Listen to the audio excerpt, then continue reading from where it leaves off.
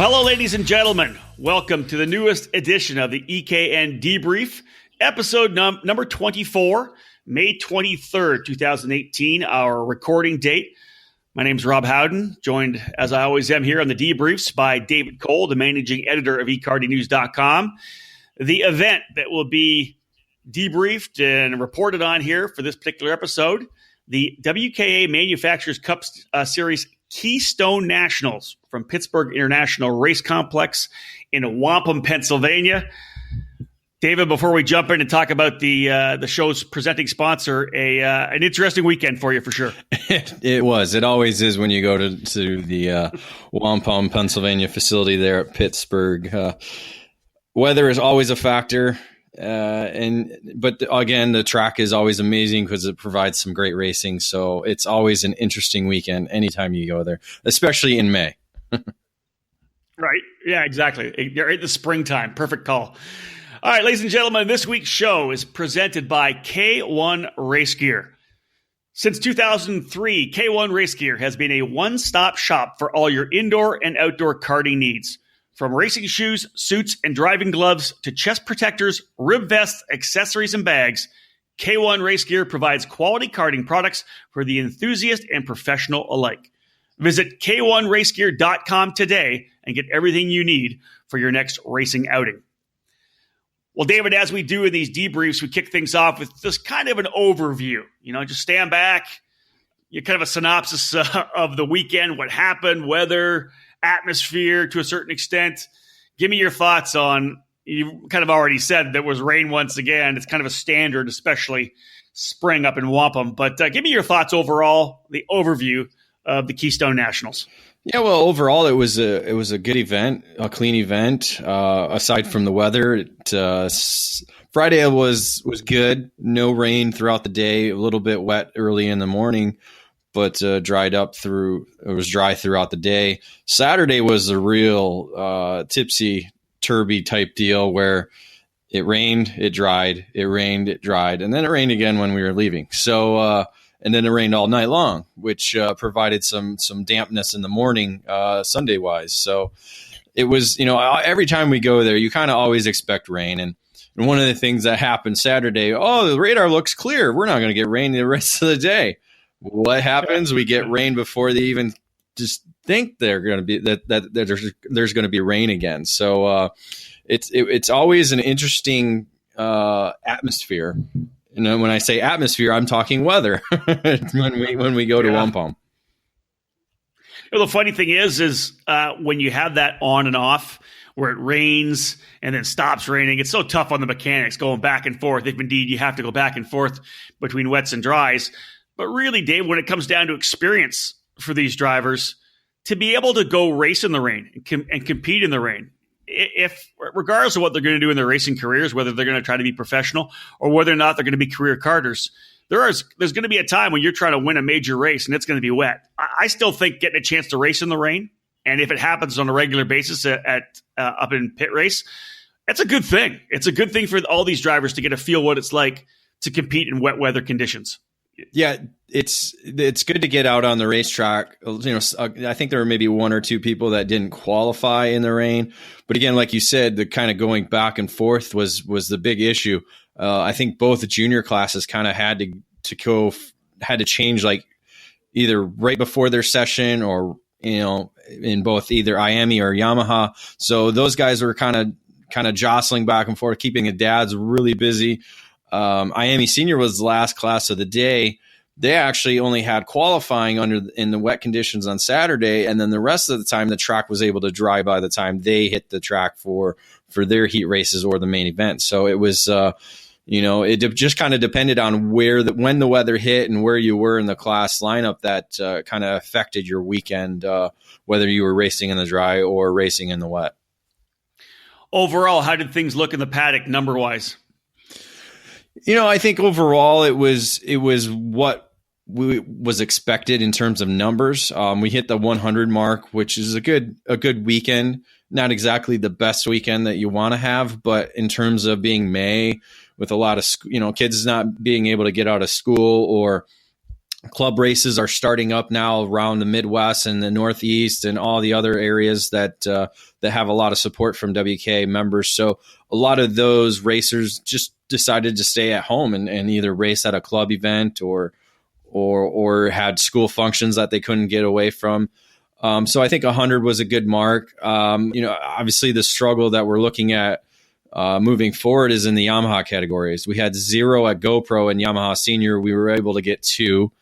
Yamaha Sportsman only had 5 at GoPro. We had 4 at Pittsburgh. So those 2 categories are kind of on the chopping block. Looking forward and talking to a lot of people, it's, Yamaha has always been a grassroots category, and we're just not getting the grassroots racers coming out and racing either at GoPro or at Pittsburgh. So, I think that's something that WK is going to look at here moving forward to the next couple of events and for 2019. But other than that, I think the numbers were pretty consistent across the board, especially in the IME categories. Yeah, indeed. A lot of great insight in terms of where the Yamaha is kind of placing itself within the hierarchy, that pyramid we always talk about of grassroots, club, regional, national racing. And you're right, David, it's going to be time to, when you've got no guys coming in Yamaha Senior at GoPro, 2 here at Pit Race, and the same kind of 5 and 4 for Yamaha Sportsman. That's when you sit back and you say, okay, listen, this is a national program with WKA. We got to figure out what we're going to offer up to be able to properly represent club and regional racing on the East Coast of the U.S. Interesting insight for sure. Folks, stick with us. We got more to come. We are just getting things underway. Episode number 24 of the EKN Debrief. David Cole giving us his review of the event at Pittsburgh International Race Complex, the WK Manufacturers Cup Series Keystone Nationals. After this break, we'll be back with the Paddock Pass.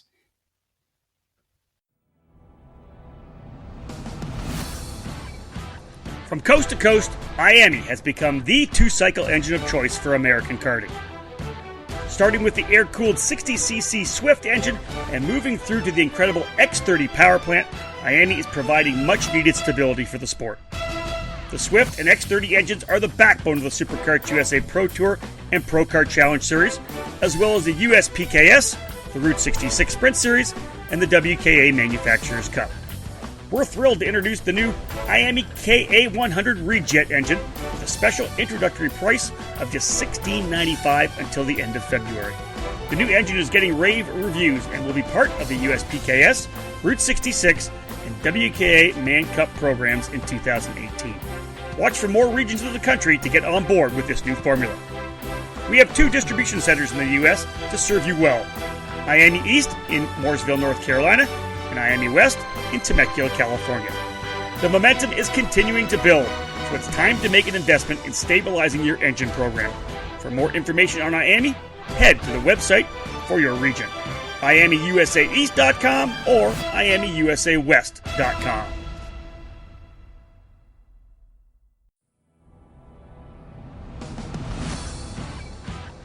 If your dream is IndyCar, set your sights on the Mazda Road to Indy presented by Cooper Tires. The first step of the ladder system is the Cooper Tires USF 2000 Championship powered by Mazda, which prepares young drivers for the calculated jump to the Pro Mazda Championship presented by Cooper Tires, where increased power, grip, and aero downforce fast-track your training. The final rung is the Indy Lights presented by Cooper Tires program. The last 4 Indy Lights champions will be racing in the Verizon IndyCar Series this year, so it's a proven formula. At all 3 levels, you will race at premier venues on the same weekends as IndyCar. Showcase your skills under the watchful eyes of IndyCar scouts and owners. Former karters fill the roster of Mazda Road to Indy graduates like Spencer Piggott, Gabby Chavez, Zach Veach, Ed Jones, and 2017 Indy Lights champion Kyle Kaiser. Recent karting graduates like Oliver Askew are in the middle of their journeys as well. Follow in their footsteps. Fulfill your dream. If you want to race IndyCar, there is only one choice. The Mazda Road to Indy, presented by Cooper Tires.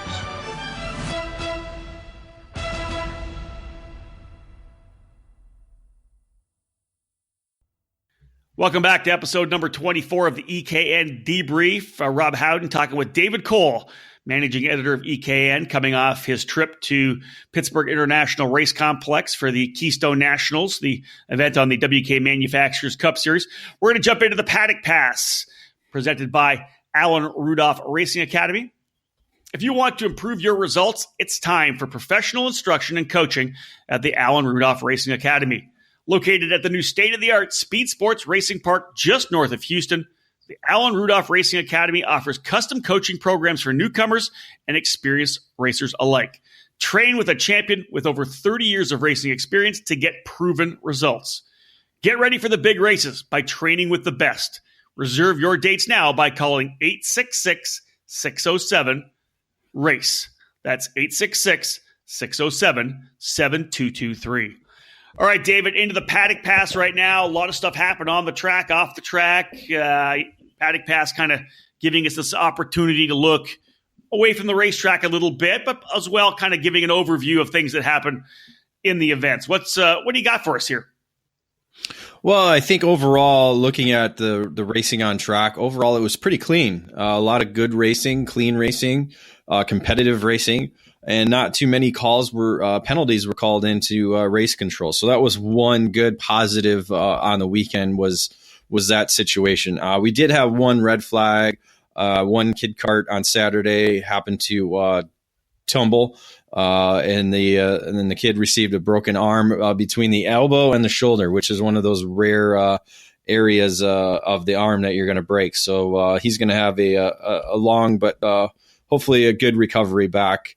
But other than that, there weren't too many other major incidents. Maybe I think one other flip that resulted in no injuries, just kind of a up and over type situation. But again, no real. I'm trying to say the word politely. No stupid driving. I guess I'll just say it that way. Just a lot of, it was a lot of good racing. In the mini category, I think you had 10 guys that could have been in the hunt, but it was just, some guys were able to break away and kind of play the chess game a little bit better than the others. The KA 100, we saw a lot of good racing up front with that.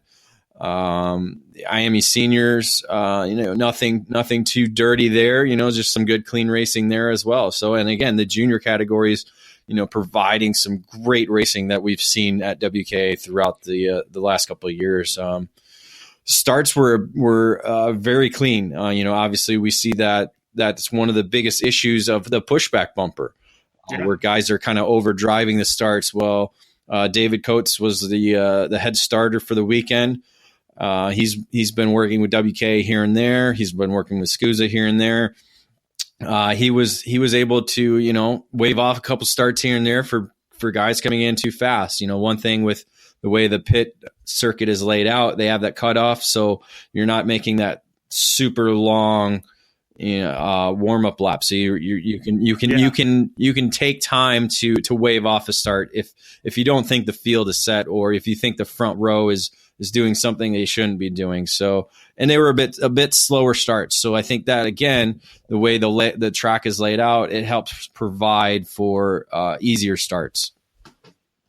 I like that. I like the idea of any future track design. If you're designing a racetrack, see if you can't have a good cutoff so you can bring them back around again quickly without a start. You don't have to do the full lap around the entire track. Now, David, question for you now. One of our buzzwords that we've kind of pushed on through the start of the season here on ekartingnews.com has been racecraft. Overall, you gave us a couple, there's a couple of flips, but overall clean racing, there wasn't these stupid moves as you were talking about, maybe some more respect. Overall, can you say, hey, you know what, Rob, everybody else, the racecraft was actually pretty good. Do you feel that maybe it's been a little better, or what do you think about that? Well, I think that's what I meant when I say clean racing. I think the racecraft was overall clean. Good. There was a lot of low percentage maneuvers. I mean, there was a couple here and there, but again, you're going to have that. You're going to have guys taking chances, and sometimes it worked and sometimes it didn't. I think that was one of the results of the other flip that I was talking about. It was just kind of or guy was just stuck in the middle of the track and you had nowhere to go type deal. So, I think racecraft overwise, again, it was clean. there weren't many penalties called in. So I think those two aspects provide an overall positive grade on racecraft. If you want to kind of put a grade on it, I wouldn't say it was an A plus or an A. I would say it was a B, maybe a B plus overall, because again, you have a couple mistakes here and there that results in contact, and it happens. It's part of racing. Yeah, you know what, David? I don't want to put, I don't want to pigeonhole racecraft into this deal where you could have zero contact. Because if you're making a move and you think it's there, and you're going to try to make you're trying to fit your car into that spot because you think it's there. Well, that's racing, right? It's the hammering a guy from behind, or just punt them off the racetrack, or not getting off the gas when there's a wreck. There's certain things that are more racecraft and more respect that we're really pushing. Hey, if a couple of guys are racing hard and it's a low percentage move and a guy makes a mistake and it doesn't work because he doesn't quite pull off the move, well, that's going to happen. That's not. It's kind of racecraft, but it's, hey, you know what? We're racing too. You open the door and I get in there and I don't quite make the right pass. I'm not quite positioned correctly and there's contact. That's going to happen. That's just racing. That's hard racing. I think, and it's also, it's not just the one driver, it's both drivers. It's knowing when to give up the spot. It's instead of just holding on to the outside, knowing you're not going to make it because their front tires are already ahead of your nose cone. You're not going to make it. You got to get out of it. And, maybe there were a couple incidents of that happened. And, again, it's not bad racecraft. It's just improper decision on the driver that's being overtaken. So, it kind of, the racecraft kind of goes both ways. It's the guys that are passing and also the guys that are being passed. Agreed. All right. Now back into the paddock. What did you just see paddock wise? Well, the WK seems to be a little bit more of, like we talked earlier, a little bit more grassroots. The majority of the competitors are there with their own trailers, some even out of the back of a pickup with an easy up. So there was a little bit of an absence of some of the major shops and teams that weren't there. You had a couple, obviously some of the engine builders were there with Comet Racing Engines and Gary Lawson. They were there, but they didn't have their full hauler there. Franklin Motorsports didn't have their parts trailer there. They had obviously some home events they were taking care of. Obviously, with it being a busy season now that May is underway, and a lot of the club tracks are getting going up in Wisconsin, so they weren't there. So actually, there was a kind of with the track shop not being what it used to be with Dan there. There was kind of like, where do I go to get parts type deal? So, thankfully there were some shop, teams there. Obviously, IAME USA East was there.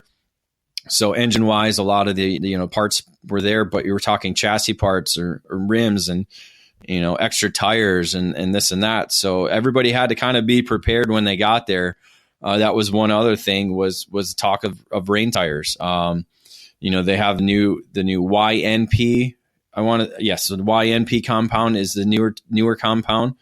And there was a mix of that compound with the old compound throughout the weekend and it didn't really seem to be a difference when you were looking at the stopwatch, because again, you have to, as you talked about getting out there and racing in the rain, it boils down to driver. You need to be able to drive it. And so it was kind of hard to determine if the newer compound was better than the old compound because you had a mixture of both at the front. So interesting. Yeah, I mean, very interesting. It just still had, WK, I think, kind of has that grassroots feel where it's just, guys that are trying to make the next step up, and you also have guys that are still racing nationally and internationally that are there as well too. So it's a good mix. It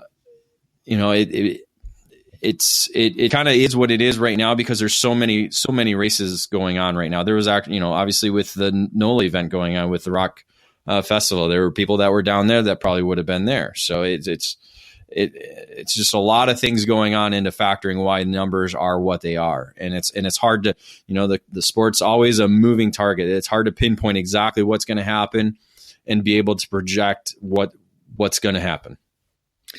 A lot of races, a lot of events, a lot of series. And like you said, David, Now we're into spring. The clubs are starting up. So people are getting going with their own club racing. There was a couple other major events, like you said, down at NOLA Motorsports Park. And again, it's just there's a certain amount of racers and they can only go to a certain amount of events. Now, what about on track? Anything stand out for you on track? Well, one of the things that we continue to watch is the development of the Nitro Kart. The Nick Tucker's program is still becoming one of the top cadet chassis programs in the country. They were able to rack on three of the 4 wins in the cadet categories. They also is talking with Nick. They're going to be releasing the kid kart model as well soon. So that's another avenue that they're looking at. Again, they're looking to build from the bottom up, get these kids out in the sport.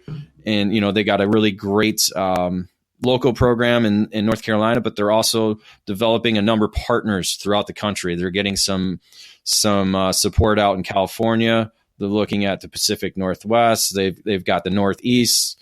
They've got some representation in the Midwest. So it's that program is continuing to grow. I like to hear that. I love to hear growth. I don't care where it is. I just love hearing about growth in karting. That is the Paddock Pass, brought to you by the Alan Rudolph Racing Academy. Again, episode number 24 of the EKN Debrief. David Cole and I breaking down the WKA Manufacturers Cup Keystone Nationals from Pittsburgh International Race Complex.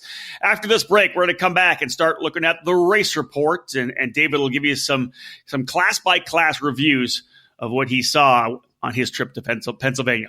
Stick with us. More to come here on the EKN Debrief. Are you ready to get the 2018 season started? If you're like us, we're ready to get out of the snow and back to the track. Franklin Motorsports is a leader in the karting industry. With over 50 years of combined karting experience, we can provide you with everything you need to go racing. With a large online product selection, select track support events, and a wide variety of shop services, Franklin Motorsports is your complete karting source. We specialize in IAME engines, tilt seats, and of course, our championship-winning Merlin chassis. If you're ready to take your racing to the next level, come join us at Team FMS. We've been supplying racers with start-to-finish support at race events for many years. From providing a helping hand at a weekday test outing or club event, to full arrive and drive packages at the highest level of karting competition. For 2018, we'll be attending the SCUSA Winter Series and Pro Tour, the United States Pro Kart Series, and the Route 66 Karting Series. For all things karting, visit franklinkart.com. I'm Chris Wheeler from Bell Racing USA. In 2017, go-kart champions Jake French and Ryan Norbert were awarded e-karting News Drivers of the Year, powered by Bell Racing USA. Now, those drivers on the official Bell athlete roster have been tearing it up in 2019. But can they be beat? Are you the one? Only you can find out on ekartingnews.com. Welcome back to episode number 24 of the EKN Debrief. Rob Howden talking with David Cole about the most recent WK Manufacturers Cup event up in Pennsylvania. Into the race report section now, as David will break down the categories. This particular section, this episode, brought to you by Rawlson Performance Group. At the Rawlson Performance Group, we strive for ultimate success.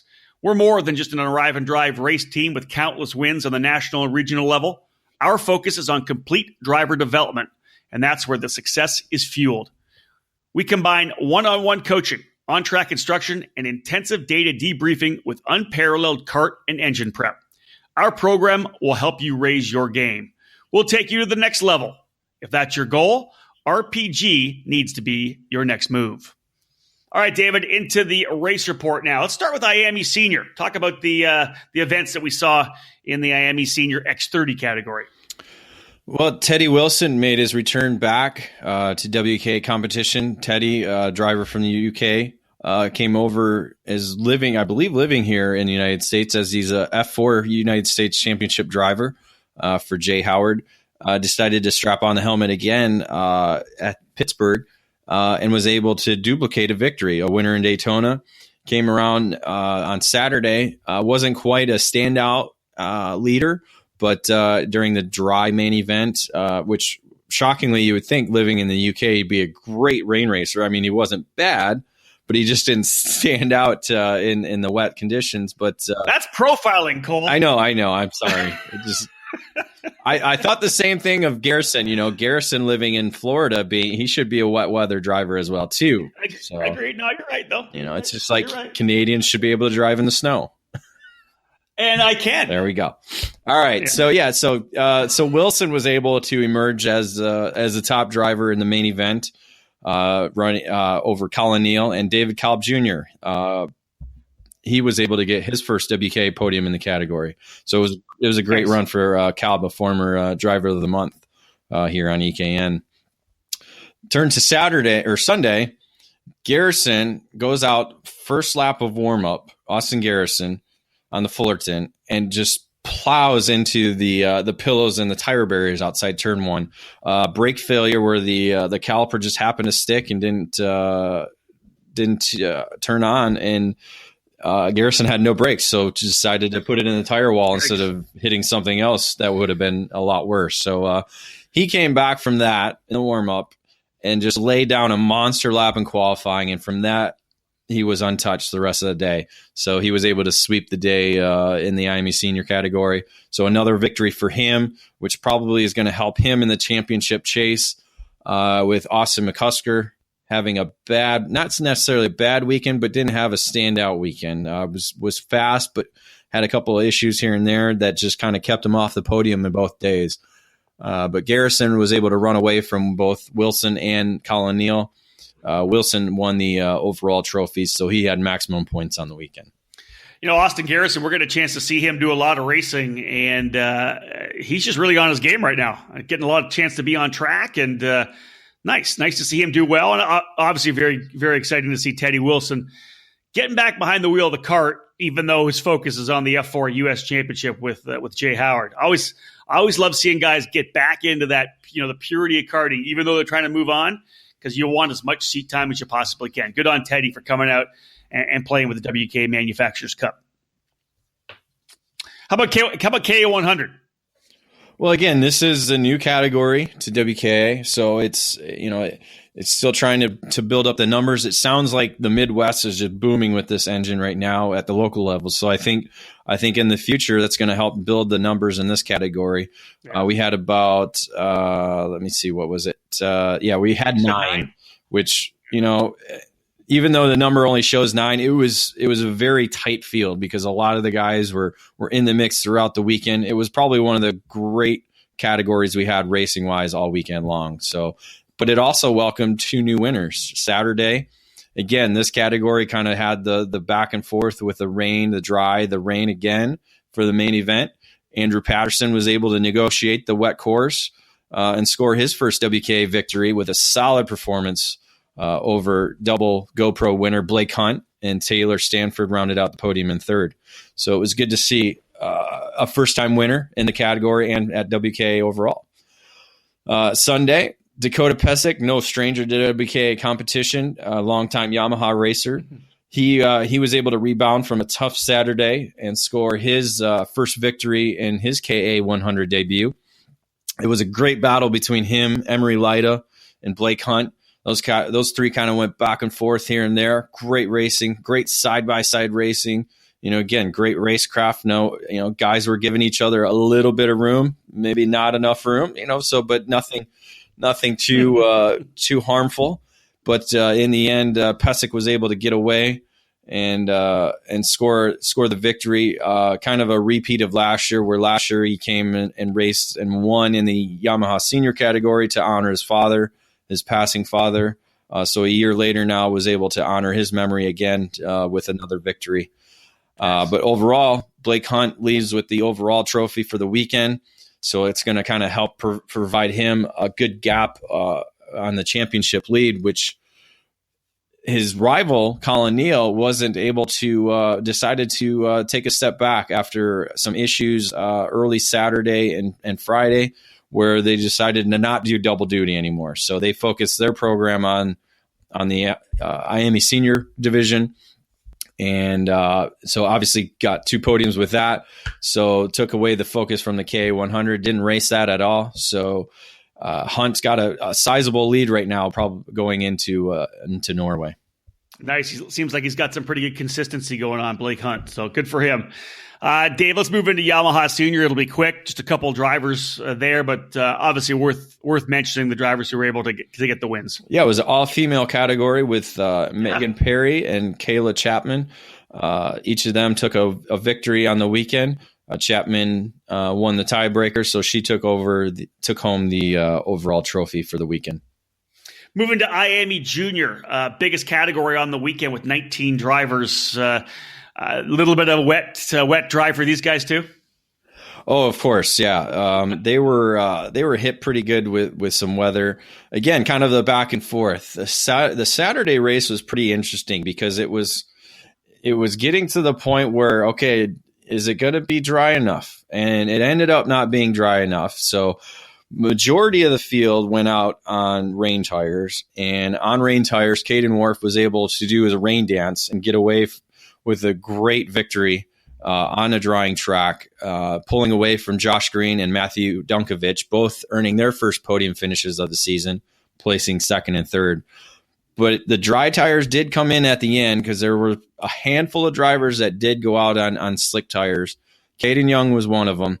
And with probably about 5 laps to go, really started noticing the difference in lap times. And in the last, I think, maybe 2 laps, went from 10th to 5th as the quickest cart on the racetrack to finish in the top 5. So it was a great move. It just, the laps just didn't quite pan out the way he wanted to. A couple more laps. Right? He was 11 at the end. He was 11 seconds behind the leader. So you figure maybe 5 laps. If there were 5 laps left in the race, he probably would have had something for Wharf.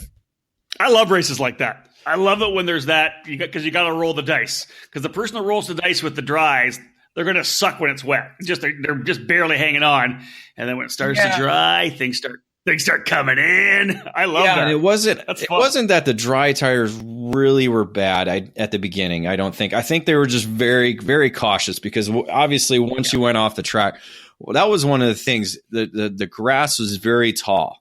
So anytime a cart kind of went off track, it almost stuck because again, it was really soggy from all the rain they had the week prior to. So it was very interesting to see, guys going out there on the slick tires. And again, if you started in the back, it was a perfect gamble.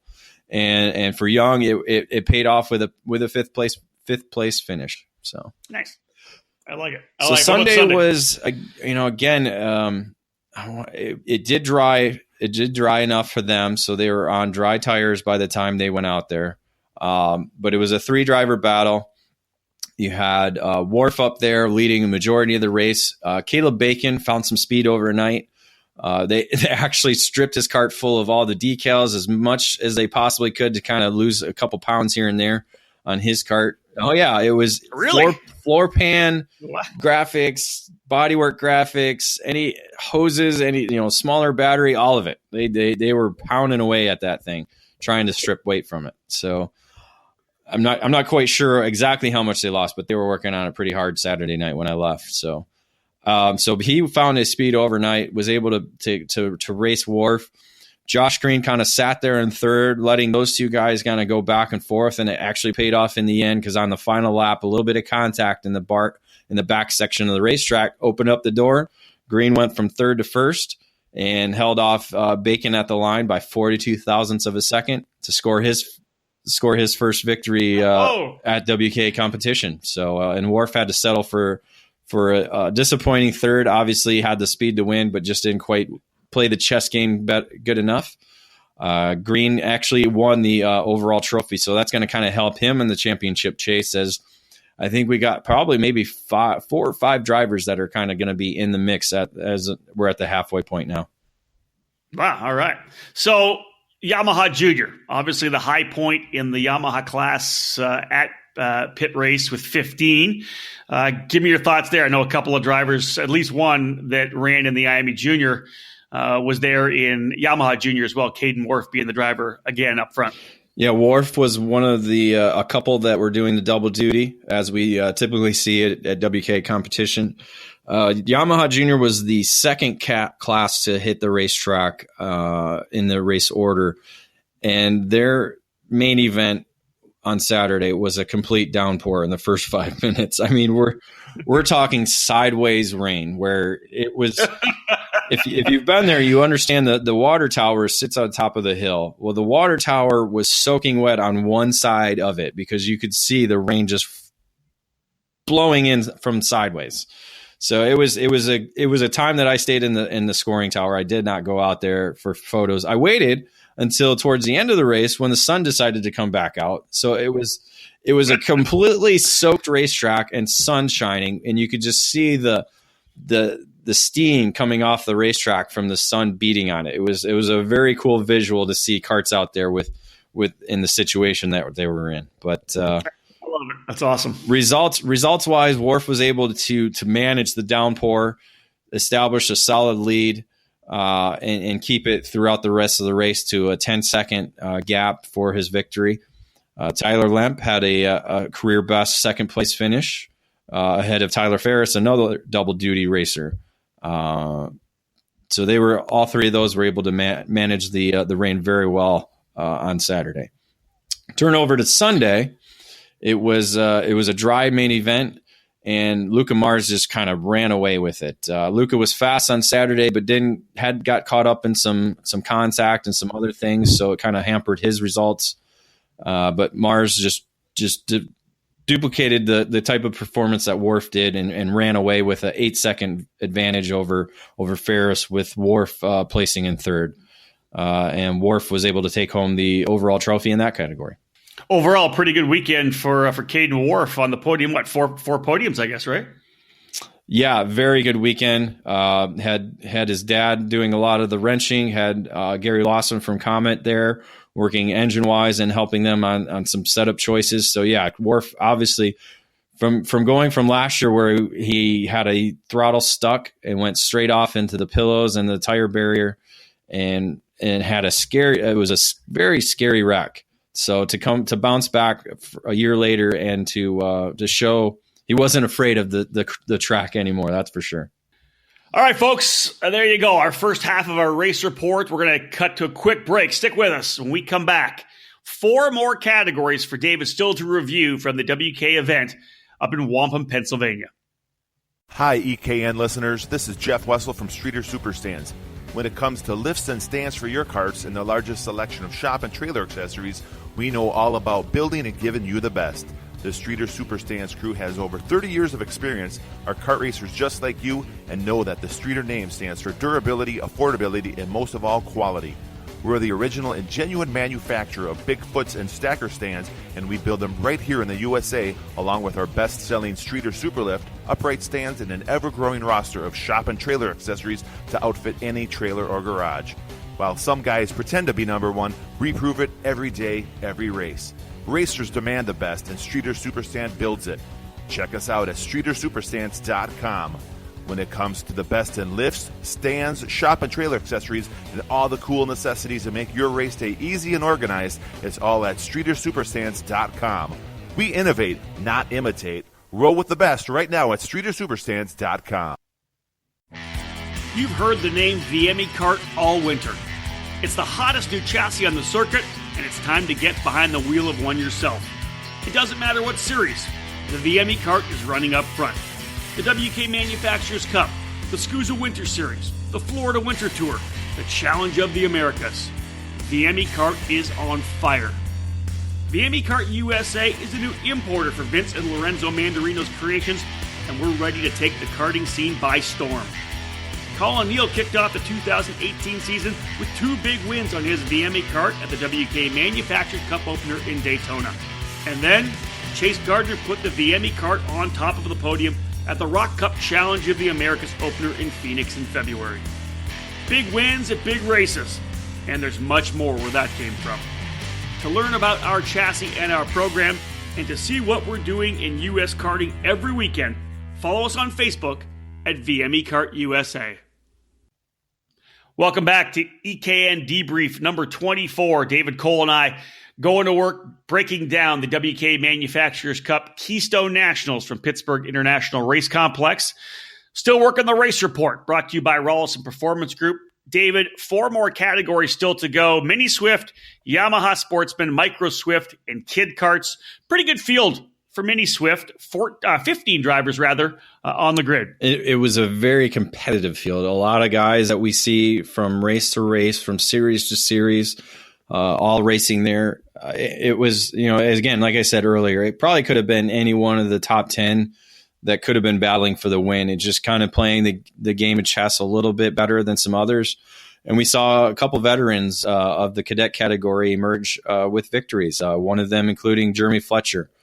Fletcher's now was able to score his first victory in WK competition. I know we've seen him win at the Pro Tour and at the Winter Series. So now he's added a WK victory to his resume for 2018. The sun during his main event, the sun was shining, but again, the track was wet. So everybody was on rain tires.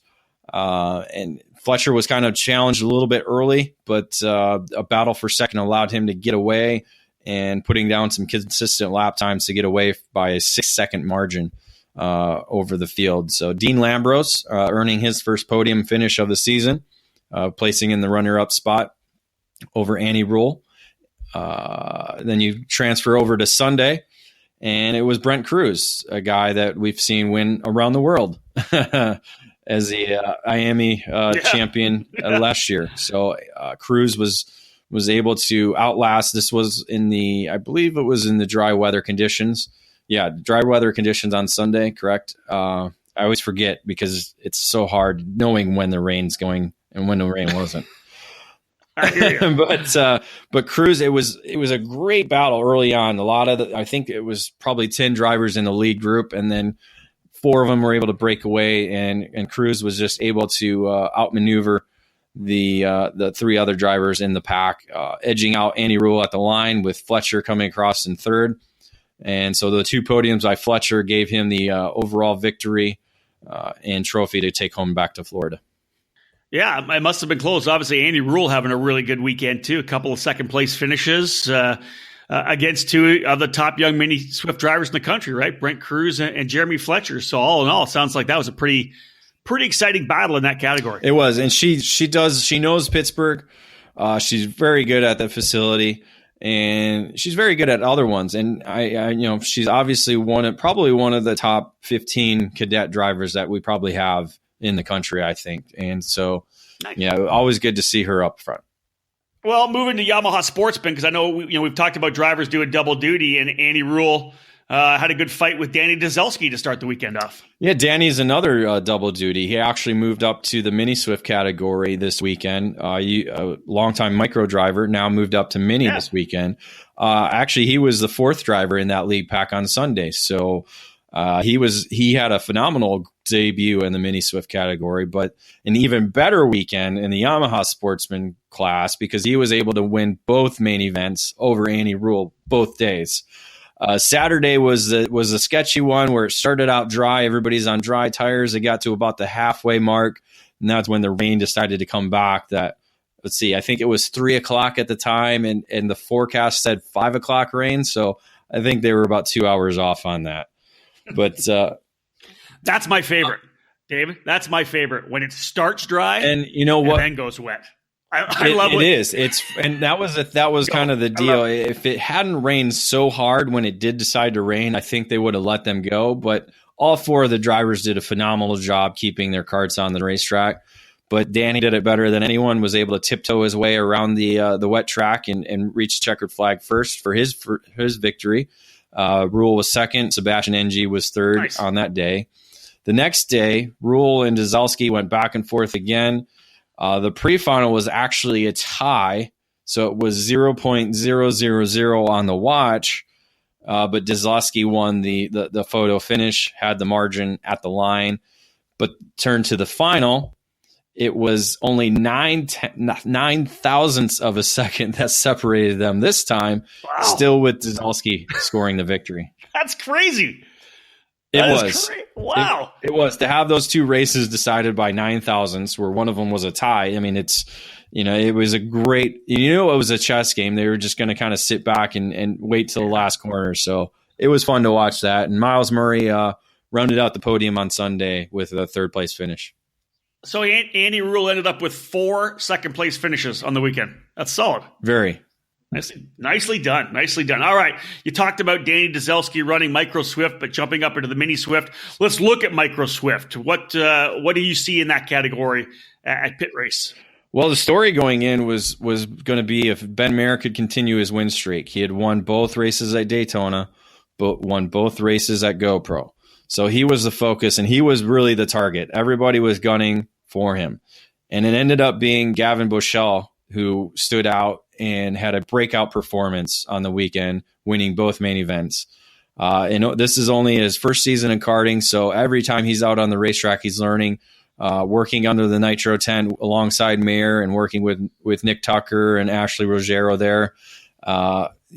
Was never been to the facility before, so this was his first time at the racetrack and was up in the lead group every session and just happened to be in the right place at the right time. Mayer was leading on Saturday. It was still wet. I believe they were on rain tires still, or it might have been slick tires. Yes, it was dry tires they were on. And Mayer was looking at a leader or lap cart ahead of him and just happened to drop a wheel off at a curb, and outside the curb was complete mud. And so Mayer spun the cart completely around, stalled the engine, and Boychelle just drove right by with Lucas Szabo right behind him.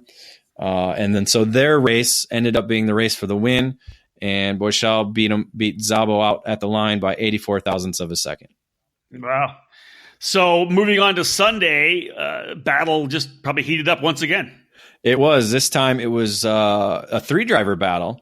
Instead of a 2-driver battle at the line. Hoyt Moore, who finished third on Saturday, was involved with Boychelle and Mayer on Sunday. Those 3 drivers went back and forth, all taking turns at the lead.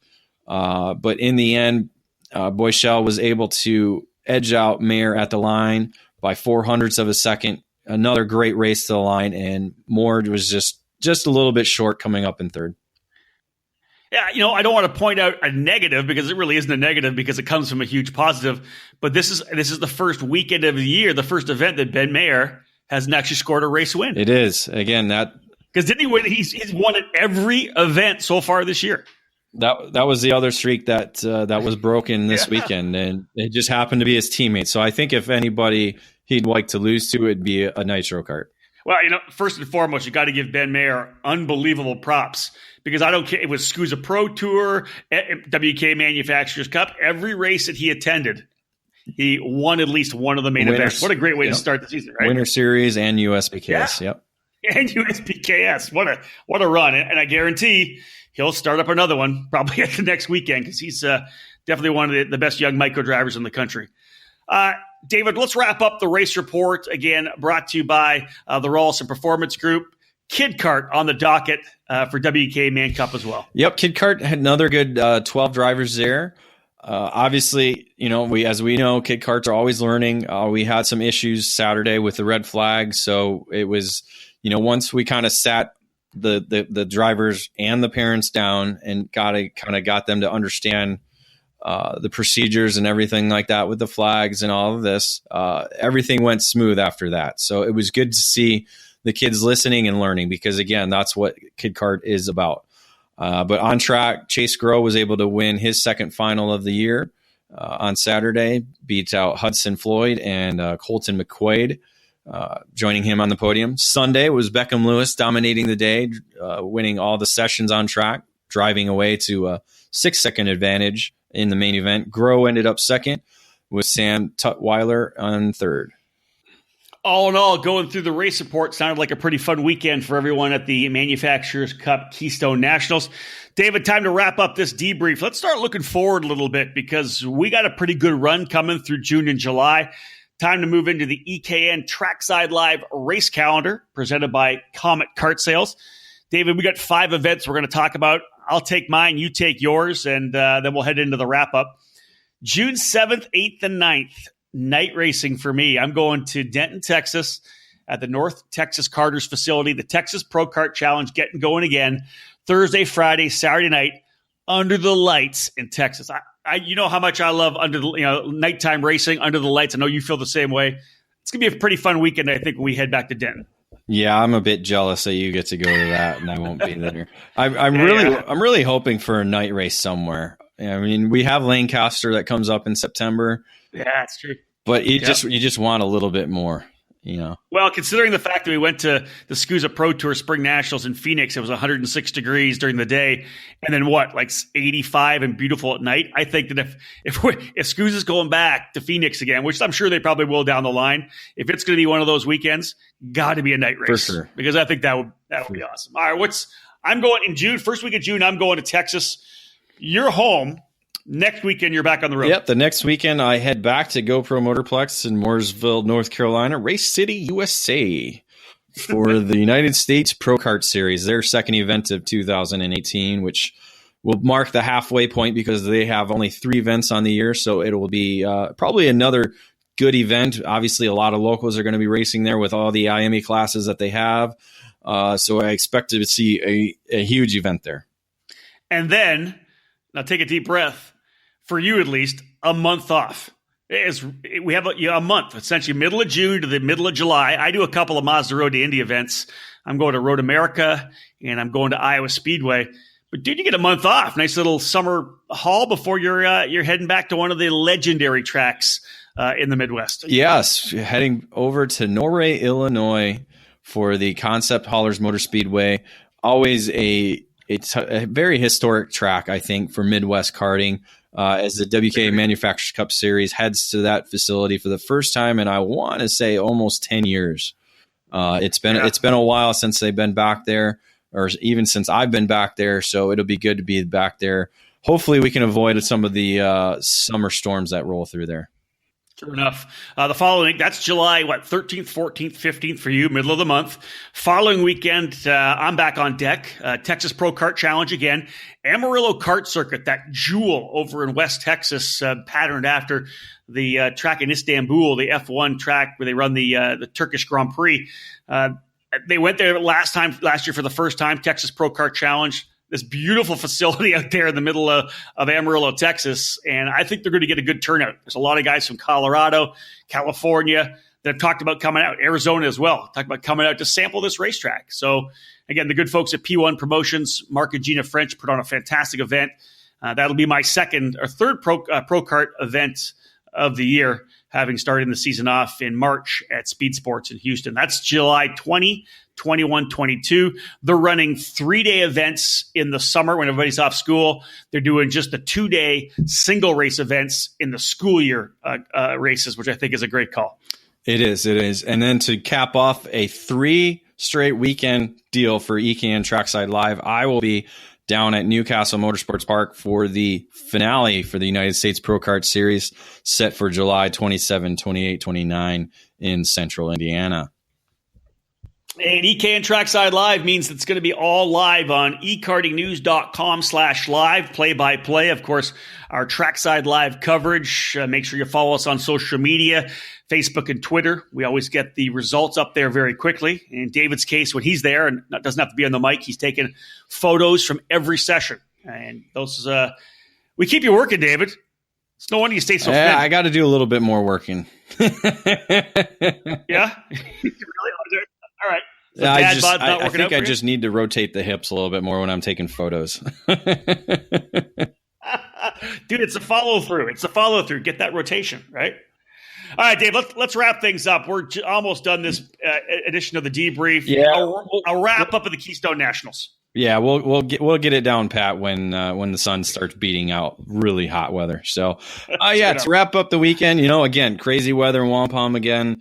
Always interesting to see how the rain is going to affect things and how it's going to hit us. So thankfully, no damage was done, as we've seen in years past. But always crazy weather there. But again, clean and competitive racing all weekend long, both in the wet and in the dry. Racecraft was again like a B+, a B for the whole weekend, which we always want to see. And again, this marked the halfway point of the champion chases in all categories. With 3 events to go, we got Norway, Newcastle, and GoPro for the second half of the season. Yeah, those tracks as well. Hopefully, we can see some, maybe some more participation in the Yamaha categories. When you head to Newcastle and GoPro, you're going to get some good IME numbers. So, all in all, as you said, halfway through the championship battle, Norway, Newcastle, and GoPro still on deck. All in all, pretty good title battles in WK Manufacturers Cup. It's going to be an exciting second half of the year. So, folks, thank you so much for joining us. We are, as I said, May the 23rd right now. It's Wednesday. We're coming into the Memorial Day weekend. Have a great weekend. Be safe out there. If you're not doing anything on Sunday, tune in. Indianapolis 500. I'm excited to be on pit lane again with IndyCar Radio, but I know most of you will either be watching on TV, you're going to be grilling out, maybe listen to IndyCar Radio. I hope you enjoy your Memorial Day weekend. You too, David. You're home with the family. That's good. Barbecues galore. Oh, yeah, grilling and chilling. Ladies and gentlemen, again, thank you so much for joining us here on the EKN Debrief, and thank you for tuning in to the EKN Radio Network. This was episode number 24. David and I breaking down the WK Manufacturers Cup Series, the Keystone Nationals from Pittsburgh International Race Complex. We do want to thank K1 Race Gear for being our presenting sponsor of this debrief. But again, thank you for really tuning into the EKN Radio Network. You can download the EKN Radio app onto your phone through iTunes and Google Play. Tap on there. Again, EKN Radio Network, 24/7, 365 karting content, podcasts, interviews, all the archived play-by-play events. Just a great way if you're cruising down the road and you want to listen to some karting, tap that thing, Bluetooth it onto your radio in your car. You're good to go. So, folks, that wraps things up. Again, so much more content coming on the EKN Radio Network throughout the season. 24-ish episodes of the debrief. I think David and I still have probably another 15 to go here this year.